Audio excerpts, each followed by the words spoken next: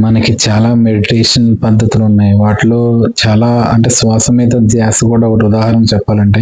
అంటే శ్వాస మీద ధ్యాసలో కొంతమంది సక్సెస్ అవుతూ ఉంటారు. కానీ కొంతమంది మాత్రం వాళ్ళ ఆలోచనలు వేరుగా ఎక్కడికో వెళ్ళిపోతూ ఉంటాయి. కొంతమంది నిజంగా నిద్రలోకి వెళ్ళిపోతారు. వెలుగులు కనిపించకపోయినా రంగులు కనిపిస్తున్నాయని చెప్తూ ఉంటారు. కానీ నిజంగా ఇలాంటి ధ్యాన పద్ధతులు చాలా ఉన్నాయి. కానీ సులభమైన మార్గం అయినప్పటికి కూడా నిజంగా అసలైన మెడిటేషన్ చాలా సులభంగా భగవంతుని చేరుకోవడానికి భజన విధానం అనమాట. అంటే భజన విధానం ద్వారా నామ సంకీర్తన చేసేటప్పుడు ఆనందం వల్ల మీలో ఒక ఎండార్ఫిన్స్ హార్మోన్స్ రిలీజ్ అవుతాయి అనమాట.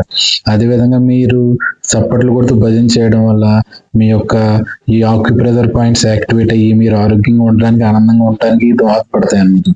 అదే విధంగా మీరు చూసినట్లయితే మనకి ఇక్కడ బాబాయి సాంప్రదాయాన్ని ప్రవేశపెట్టారు. పూర్వం ఆంజనేయ స్వామి గుళ్ళల్లో కూడా ఈ భజన చేసేవారు. ఇప్పుడు మరలా అలాంటి పద్ధతి రావాలి. డోలక్కు, తబలా, అదేవిధంగా హార్మోనియం ఇలాంటివన్నీ కూడా అందరికీ నేర్పించాలి. అప్పుడు భజన సాంప్రదాయం వల్ల ఆరోగ్యం, ఆయుష్ పెరుగుతాయి.